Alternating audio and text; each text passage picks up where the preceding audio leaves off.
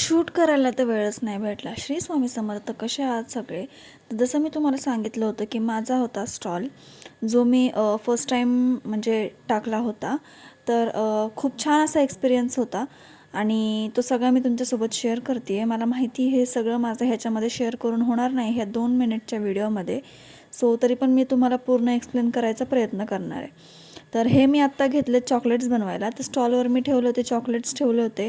Pineapple, strawberry, chocolate हे असे 3 प्रकारचे ग्लास केक ठेवले होते आणि स्ट्रॉबेरीची पेस्ट्री ठेवली होती आणि असे थोडे डिझाईनवाले चॉकलेट्स वगैरे हे सगळं काही ठेवलं होतं. तर हे चॉकलेट्स वगैरे मी आदल्या रात्रीच बनवून घेतले आणि जे ग्लास केक वगैरे असतात ते फ्रेश सगळे बनवून घेतले. तर माझं फ्रीज वगैरे पण तुम्ही बघताय की सगळं फुल झालं होतं एकदम. आणि स्टॉलच्या दिवशी माझी एवढी धावपळ झाली. माझ्या घरच्यांनी पण मला खूप सपोर्ट केला. माझे फ्रेंड वगैरे सगळे आले होते आणि सगळ्यांनी पण मला खूप म्हणजे खूप हेल्प केली. आणि त्याच दिवशी मला केकच्या पण भरपूर ऑर्डर्स होत्या, पण त्या केकचे मला फुल व्लॉग शूट नाही करता आले.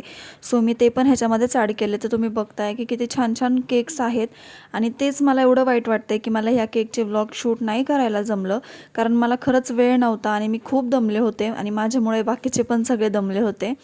पण स्टॉलचा खरंच खूप छान एक्सपिरियन्स होता माझ्यासाठी, जो मी फर्स्ट टाईम टाकला होता. एवढे छान छान केक्स मी बनवले, पण त्याचा मला व्हिडिओ शूट नाही करता आला. ह्याचं मला खरंच खूप वाईट वाटतं आहे. तुम्ही बघताय की हे किती छान झालेत केक. तुम्हाला ह्याच्यामधला कोणता केक आवडतो आहे प्लीज मला कमेंट करून सांगा. आणि चॅनलला सबस्क्राईब नसेल केलं तर प्लीज चॅनलला सबस्क्राईब करा आणि असंच सपोर्ट करत राहा. तर हे ग्लास केक्स होते, हे चॉकलेट्स पण बनवले होते मी भरपूर असे.